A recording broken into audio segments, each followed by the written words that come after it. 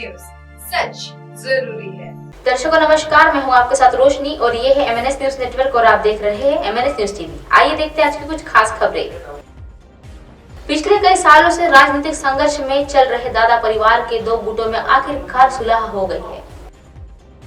मदन पाटिल और दादा परिवार के अब अपने मतभेदों के एक तरफ रख दिया है, क्योंकि ANC गुटबाजी अपने टोल रही है और मार्केट कमेटी चुनाव के मौके पर दोनों गुटों के कार्यकर्ताओं के बैठक में संयुक्त ताकत से लड़ने की एक निर्मम घोषणा कर दी है। और अब दादा परिवार के विलास पाटिल और जयश्री पाटिल दादा समूह के मुख्य प्रमुख के रूप में एक साथ काम करेंगे।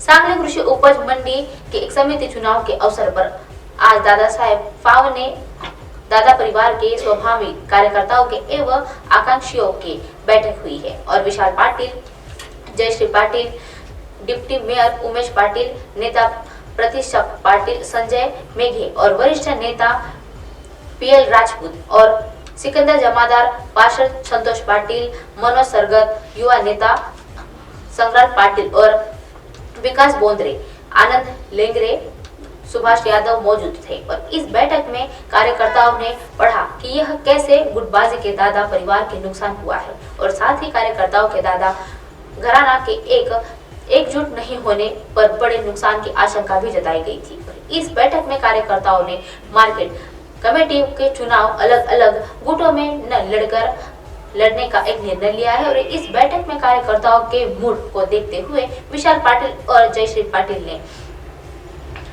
घोषणा की है कि हम एक साथ हैं और वह कोई गुटबाजी नहीं है। और वह घोषणा की है कि वह भविष्य में अब सभी चुनाव इसी एकजुट होकर लड़ेंगे और इसे वसंत दादा समूह के नाम पर लड़े जाएंगे। और दादा परिवार के इन दोनों दिग्गज नेताओं के गुटबाजी छोड़कर एक साथ चुनाव लड़ने का और कार्यकर्ताओं को मौजूद रखने का फैसला कर लिया है और जिसमें कार्यकर्ताओं के संतोष का एक माहौल है। लेकिन सत्ता जाने के बाद से नेता जागे और वह कार्यकर्ताओं की उम्मीद में भी कम से कम अब से सत्ता पर काबिज तो हो ही जाएगी।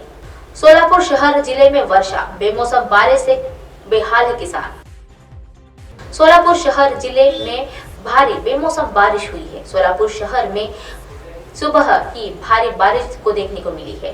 बेमौसम बारिश से सोलापुर जिले में किसान प्रभावित हुए। सोलापुर शहर में काफी बेमौसम बारिश का हाल बना हुआ है।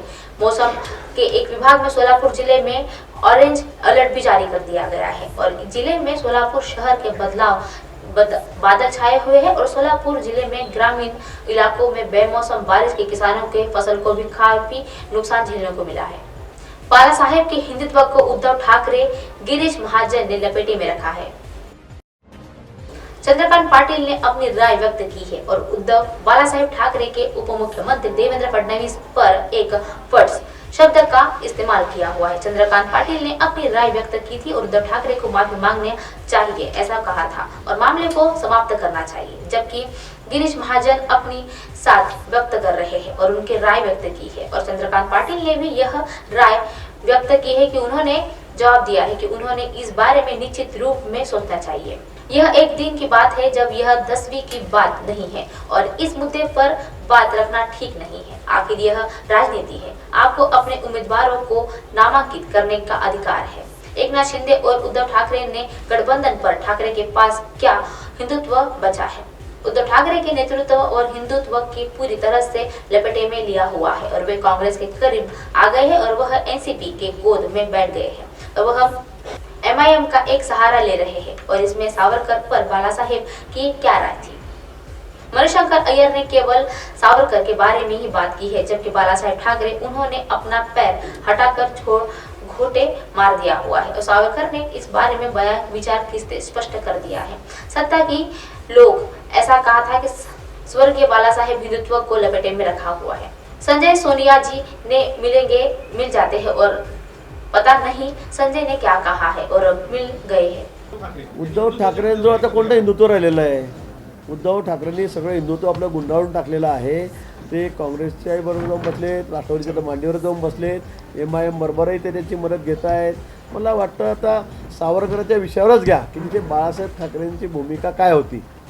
माननीय बाळासाहेब ठाकरे मणिशंकर अय्यरांनी ज्यावेळेला एकदा नुसता असा उच्चार केला होता सावरकरांविषयी, त्यावेळेला स्वतःतल्या पायातला जोडा काढून मारणारे बाळासाहेब ठाकरे किती ज्वलंत विचार त्यांचे सावरकरांच्या विषयी होते.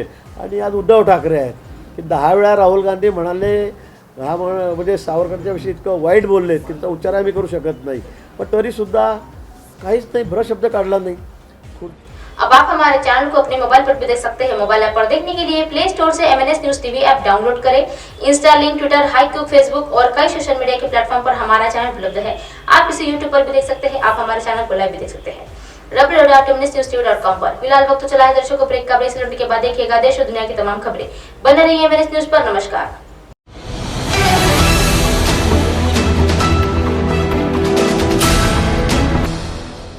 ये है MNS न्यूज नेटवर्क और आप देख रहे हैं